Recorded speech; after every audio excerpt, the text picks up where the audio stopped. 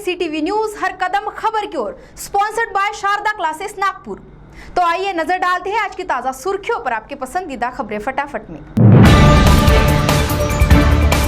Break the chain के अंतर्गत राज्य सरकार ने और बढ़ा दिया है 15 दिनों का लॉकडाउन। बढ़ाए गए 15 दिन के लॉकडाउन में 17 मई तक चंद्रपुर का प्रसिद्ध ताड़ोबा भी रहेगा बंद। इसी बीच जिन लोगों की ऑनलाइन बुकिंग थी उन पर्यटकों के पैसे लौटाने का लिया गया है निर्णय।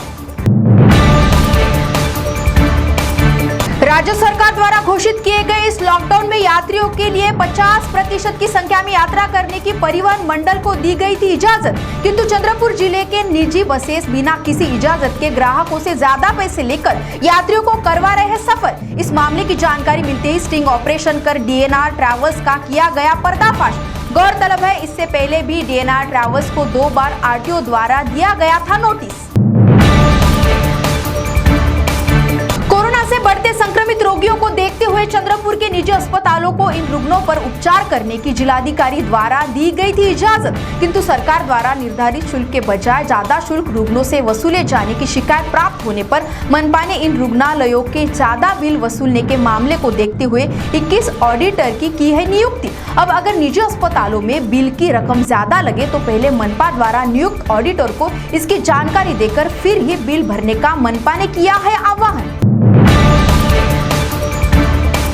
बीते दिनों गर्भवती बाघिन को नाखूनों के लिए जलाकर उसके पंजे काटकर ले जाने का मामला आया था सामने, जिसके बाद अब उनमें से 2 शिकारियों को मुकुटबंद पुलिस ने कर लिया है गिरफ्तार। शिकारियों के पास से एक नाखून सहित पंजा किया गया है जब्त, तो वही दूसरे पंजे सहित अन्य आरोपियों की तलाश है जारी।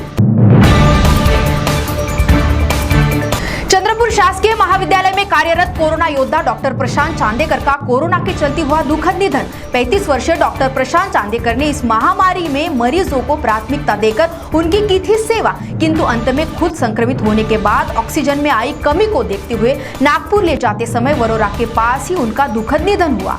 विदर्भ के 10th अपीयरिंग स्टूडेंट्स के लिए गोल्डन अपॉर्चुनिटी। शारदा क्लासेस के 1000 से ज्यादा विद्यार्थी पिछले 23 सालों से आईआईटी, नीट और एम्स, एमबीबीएस की परीक्षाओं में सफलता हासिल कर चुके हैं। तो सोचिए मत, फटाफट अटेंड करो फेस्ट स्कॉलरशिप टेस्ट। और अब 1 लाख रुपए तक की स्कॉलरशिप ऑनलाइन बैचेस के लिए भी, साथ में 11th 12th कॉलेज एडमिशन। अब नीट जेईई हुई और भी आसान। Sharda classes, Pratap Nagar square, Nagpur.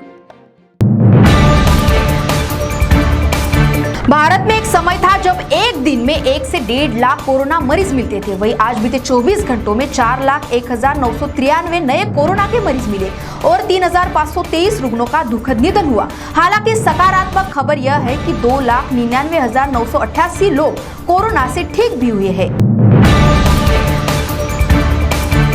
Raipur police ने गांजा तस्करी कर रहे 2 युवकों को किया गिरफ्तार। दोनों आरोपी है मध्य प्रदेश के शिवपुरी और भोपाल के निवासी। इन दोनों आरोपियों को गिरफ्तार कर शिकायत दर्ज की गई है। तो वही मिली जानकारी के मुताबिक जब्त किए गए गांजे की कीमत 1,90,000 बताई जा रही है। गुजरात में भरूच के पटेल वेलफेयर अस्पताल में हुआ बड़ा हादसा।